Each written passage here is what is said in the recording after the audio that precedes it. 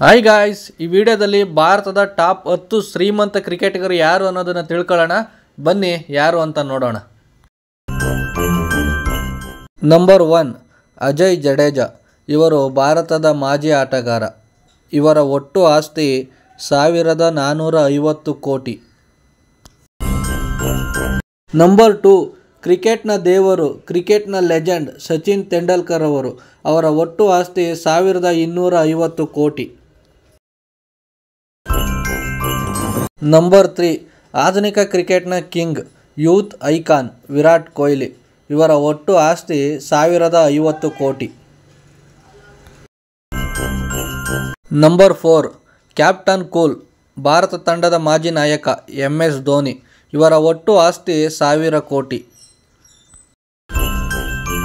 Number 5 Bharat ಕ್ರಿಕೆಟ್ನ ಮಾಜಿ ನಾಯಕ ದಾದಾ Sourav Ganguly.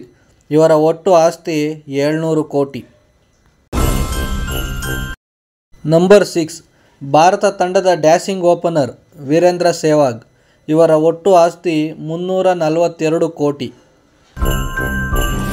Number 7 sixer king Yuvraj Singh.